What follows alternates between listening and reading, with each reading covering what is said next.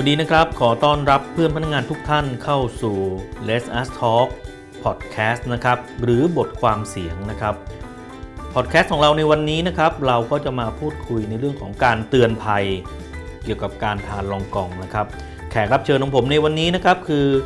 พี่เต้ยเป็นหนึ่งชัยชิดครับผู้ร่วมบริหารฝ่ายพนักงานสัมพันธ์พี่เต้ยสวัสดีครับสวัสดีครับเอียครับพี่เต้ยครับต้องบอกว่าหน้าโซเชียลมีเดียวัน2วันเนี้ยเต็มไปด้วย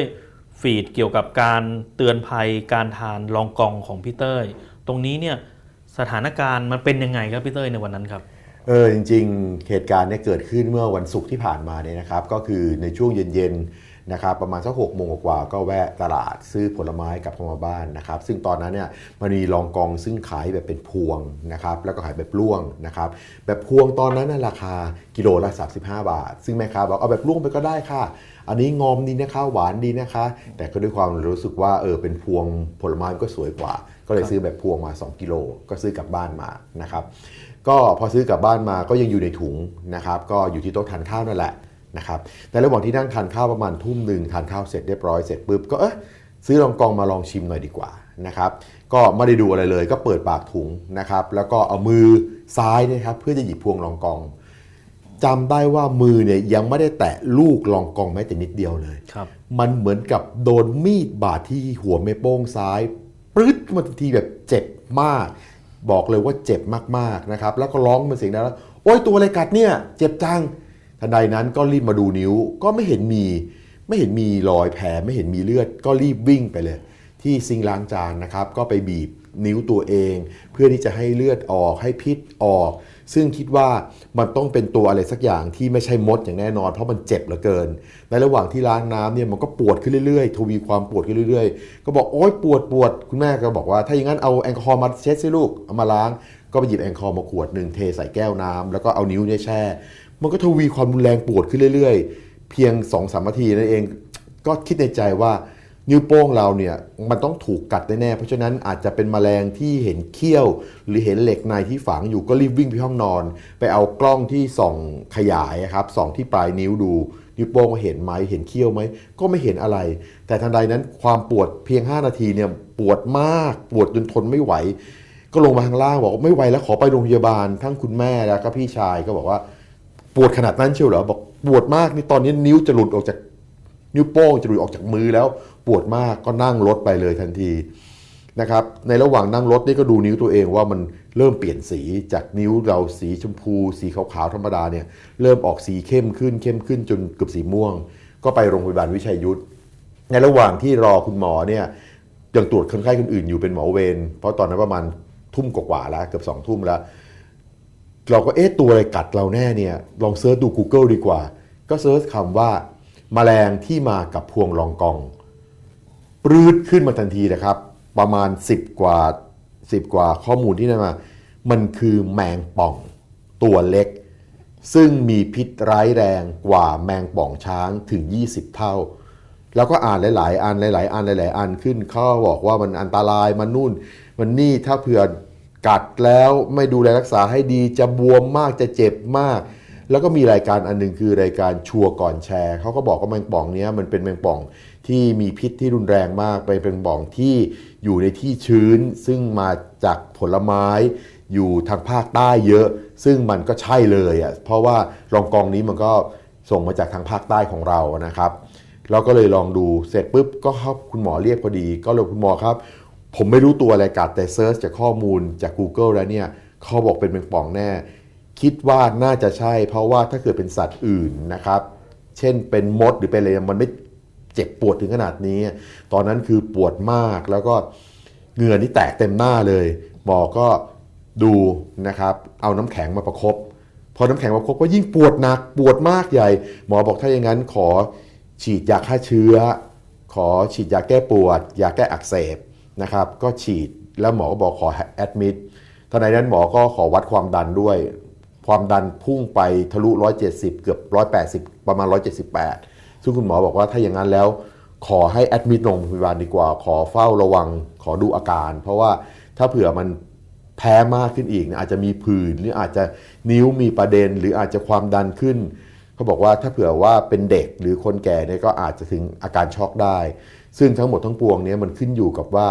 ในแต่ละคนเนี่ยอาการแพ้ของพิษของสัตว์ร้ายแต่ละอย่างเนี่ยมันไม่เท่ากันผมอาจจะเป็นคนที่เซนซิทีฟแล้วก็แพ้พิษของแมงป่องก็เลยแอดมิดไปนะครับในระหว่างนั้นก็ยังปวดอีกคุณหมอก็เลยขอฉีดยานอนหลับนะครับประมาณ 2-3 ทุ่มก็หลับเลยครับครับผมกับเหตุการณ์นี้พี่เต้ยเล่าบอกว่าหัวแม่โป้งที่ตอนนั่งรถไปเนี่ยเปลี่ยนสีครับมันประมาณสักกี่นาทีครับพี่เต้ยมันไม่ถึง10นาทีครับจากบ้านไปโรงพยาบาลเนี่ยประมาณ 10-15 นาทีแล้วรอหมออีกสักประมาณ5นาทีก็ประมาณ20นาทีนะครับจากนิ้วโป้งสีปกติเนี่ยมันเป็นสีคล้ำขึ้นม่วงขึ้นทันทีเลยแล้วคุณหมอก็กดที่ปลายเล็บบอกว่ากลัวไม่มีเลือดมาเลี้ยงมันจะอันตรายก็ไม่ทราบด้วยเหตุผลในการรักษาคุณหมอแต่คุณหมอบอกว่าเซรุ่มซึ่งเป็นผลิตมาจากเซรุ่มของตัวแมงป่องเนี่ยมันยังไม่มีครับเหมือนงูเนี่ยถ้าเกิดเรานั่นก็คือฉีดเซรุ่มงูป้องกันพิษงูแต่แมงป่องไม่มีก็ต้องใช้วิธีนี้ในการรักษา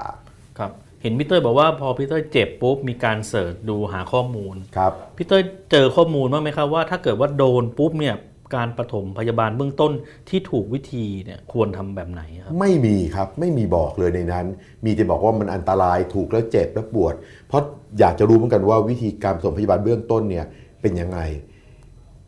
ไม่มีบอกในนั้นเลยก็เลยต้องอาศัยทางแพทย์อย่างเดียวแต่จริงภูมิปัญญาชาวบ้านพอวันหลังจากนั้นวันรุ่งขึ้นตอนเช้าเนี่ยก็ค่อยยังชั่วขึ้น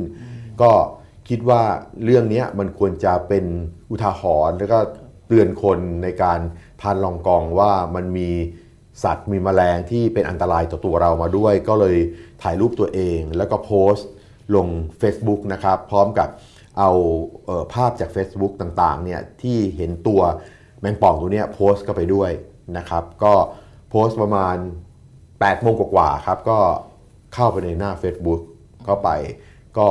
มีคนเข้ามาแชร์กันเยอะแยะมากมายขึ้นครับผมว่าจากสถานการณ์เนี่ยครับพี่เต้ยผมคิดว่าหลายคนคงไม่รู้ว่าการทานลองกองเนี่ยมันจะทำให้เจอเหตุการณ์และเจ็บปวดได้ขนาดนี้เห็นบางสำนักข่าวเขาลงข่าวว่าเฉียดตายวิดตายอดีตดาราก็ไม่รู้เหมือนกันนะครับก็คือหลังจากโพสต์ลงไปเสร็จปุ๊บเนี่ยก็มีสำนักข่าวหลายสำนักข่าวนะครับที่เป็นทางด้านออนไลน์เนี่ยก็เอาไปเขียนแล้วคงยังพอจำกันได้ว่าเคยเป็นนักแสดงเขาคงพาดหัวข่าวว่าอดีตพระเอกหน้าหวานอดีตพระเอกดังวิดดับอะไรเงี้ยครับเนื่องจากเรื่องนี้เพราะจริงๆแล้วมันมีประโยคที่พี่เขียนโพสต์ในนั้นว่าถ้าเป็นเด็กหรือคนแก่นะครับหรือแม้กระทั่งคนที่แพ้ไม่มีภูมิต้านทานอาจถึงช็อกได้เข้าเลยจับประเด็นว่าเฉียดตายนะครับก็เลยเป็นประเด็นขึ้นมาก็เลยในโลกโซเชียลเยอะแยะมากแชร์กันเป็นแสนแชร์แล้วก็ข่าวสถานีโทรทัศน์ทั้งหลายแหล่ก็เอาไปออกทุกๆช่องเลยนะครับก็มีมาสัมภาษณ์ด้วยอะไรเงี้ยก็ให้ข้อมูลไปตามที่ประสบการณ์ที่เราเกิดขึ้นจริงนะครับครับพี่เต้ยแต่ก็ต้องบอกว่าสถานการณ์นี้ของพี่เต้ยเนี่ยก็ได้เป็นประโยชน์เป็นความรู้ให้กับคนอีกหลายๆคนนะครับอย่างผมเนี่ยผมเห็นปุ๊บผมก็อุ้ยขนาดนี้เลยเหรออะไรเงี้ยนะพี่เต้ยก็ต้องบอกว่าก็ต้องขอบคุณสถานการณ์นี้พี่เต้ยแล้วพี่เต้ยก็แชร์เข้าไปในโลกออนไลน์นะครับก็หลังจากแชร์ในโลกออนไลน์เนี่ยก็ตอนแรกก็มาสักหลักร้อยหลักพันก็ขอบคุณไปตอนหลังโอ้โหไม่ไหวแล้วมันหลักหมื่นแล้วตอนนี้เขาบอกเกือบเป็นแสนแล้วนะครับแต่จริงๆแล้วหลายๆคนที่แชร์เข้ามาเนี่ยเขาเคยมีประสบการณ์โดยเฉพาะคนที่อยู่ทางภาคใต้เขาเรียกตัวแมงป่องเล็กเนี่ยนะครับเขาเรียกว่าถวยใยมันเขาบอกไอ้ถวยเจอแล้วครับเคยโดนกัดแล้วหลายๆคนบอกว่าภูมิปัญญาชาวบ้านเนี่ยไอ้ถวยใยมันเนี่ยถูกกัดเนี่ยบางคนถ้าแพ้เนี่ยจะบวมปวดถ้าถูกกัดที่นิ้วเนี่ยจะปวดบวมถึงจักรแล้เลยเขาบอกว่าเป็น3 วัน5 วันกว่าจะหายแต่ถ้าใครไม่แพ้ก็อาจจะหายเร็วขึ้นแต่เขาบอกมีวิธีภูมิปัญญาชาวบ้านอยู่2 อย่างเท่าที่อ่านนะครับและสรุปได้เนี่ยมี2 อันที่เขียนมาเยอะมากคือ1อย่าเวลาถูกแล้วเนี่ยอย่าเอามือที่ถูกกัดเนี่ยไปล้างน้ำจะทำให้พิษของมันกระจายและปวดมากกว่าอีกหลายเท่าน้ำเปล่านะครับห้ามนะใช่ซึ่งพี่เนี่ยเอาแช่น้ำเปล่าแช่ให้แอลกอฮอล์มาถึงปวดมากขึ้นเหลือเกินแล้วตอนไปประคบที่โรงพยาบาลคุณหมอเอาน้ำแข็งมาประคบยิ่งปวดมากอันนี้นะนี่คือภูมิปัญญาชาวบ้านนี่ใช่เลยแน่นอนเพราะว่าเรารู้เลยว่าเราปวดมากขึ้นอันที่2เขาบอกว่าถ้าเผื่อนั่นคือ เอาน้ำมะนาวบีบนะครับแล้วก็เอาผงชูรสละลายแล้วก็เอานิ้วแช่จะดูดพิษอันนี้ก็ไม่รู้ว่าจริงหรือเปล่าแต่หลายคนที่เขียนมาเยอะมากอันที่3ก็คือบอกว่าให้เอานิ้วที่ถูกแผลเนี่ยแช่น้ำมันเบนซินอันนี้ก็เยอะนะครับก็เลยคิดว่าน่าจะเป็นสิ่งที่สามารถปฐมพยาบาลเบื้องต้นได้ในลักษณะของภูมิปัญญาชาวบ้านเพราะว่าคนที่เขียนมาสำหรับไอ้ตัวถวยใยมันเนี่ยแหละครับคือไอ้ตัวแมลงป่องตัวเล็กเนี่ยแก้เบื้องต้นได้อย่างนี้แต่อีกก็อีกนะครับถ้าเผื่อว่าใครแก้แล้วไม่หายมันขึ้นอยู่กับคนไหนแพ้มากแพ้น้อยอย่างพี่เนี่ยแพ้มากไปรู้แช่แล้วจะหายหรือเปล่าถ้าสะดวกก็คือมาหาหมอไปโรงพยาบาลดีกว่าดีที่สุดครับครับพี่เต้ยเห็นเมื่อกี้คุยกันเล่นๆบอกว่าโอ้มีข่าวว่าลองกองแม่ค้าลองกองบอกขายไม่ได้เลย ข่าวนี้ออกมา ใช่ครับก็คือนักข่าวหนังสือพิมพ์ก็โทรมารายการหนังสือพิมพ์ไทยรัฐนะครับไทยรัฐทีวีก็โทรมาบอกว่าตอนนี้พ่อค้าแม่ค้าชาวสวนก็บอกว่าลองกองก็ราคาตกอยู่แล้วมีข่าวนี้ยิ่งขายไม่ได้ใหญ่จริงๆแล้วอยากจะบอกนะครับว่าผลไม้ไทยของเราเนี่ยเป็นผลไม้ที่อร่อยนะครับแล้วอีกอย่างที่สำคัญก็คือว่าลองกองของเราเป็นผลไม้ที่มีชื่อมากนะครับอร่อยมากอยู่แล้วก็เป็นสิ่งที่ดีแสดงว่าผลไม้ของเราเนี่ยไม่มียาฆ่าแมลงใช่แมลงมันถึงอยู่ได้นะครับแต่การที่เราซื้อเข้าบ้านเนี่ยก็ต้องดูแลสิ่งแรกเลยที่ต่อไปนี้ทานลองกองหรือซื้อผลไม้อะไรก็แล้วแต่เวลาซื้อของมาอยู่ในรถเนี่ยจะผูกถุงให้แน่นสนิทอย่าเปิดปากถุงไว้เพราะถ้าเกิดมีแมลงเนี่ยมันออกจากถุงมาแล้วมันเดินยั่วเยี่ยในรถเราถูกกัดเมื่อไหร่ก็ไม่รู้นั้นผูกปากถุง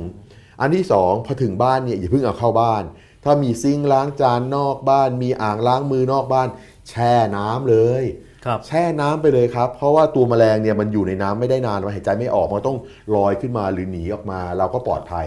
นะครับผมคิดว่า2อย่างนี้ดีที่สุดพอเสร็จแช่น้ำเสร็จปุ๊บก็ส่งออกมาแล้วก็ใส่ตะกร้าปลอดภัยแน่นอนแต่สำหรับรองกองเนี่ยผมว่าถ้าเป็นพวงมันสวยแต่ถ้าเผื่อว่าซื้ออย่างล่วงนะครับมันจะเห็นชัดว่าไม่มีตัวสัตว์อะไรซื้ออย่างล่วงทานดีกว่าแล้วมันก็ถือว่ามันงอมแล้วมันหวานจัดแล้วด้วยถูกตังอีกต่างหากนะครับเพราะฉะนั้นก็ซื้อรองกองซื้อแบบล่วงทานดีกว่าปลอดภัยสุดอ๋อโอเคครับผมก็วันนี้ได้พูดคุยกับพี่เต้ยต้องสอบถามว่าสถานการณ์ตอนนี้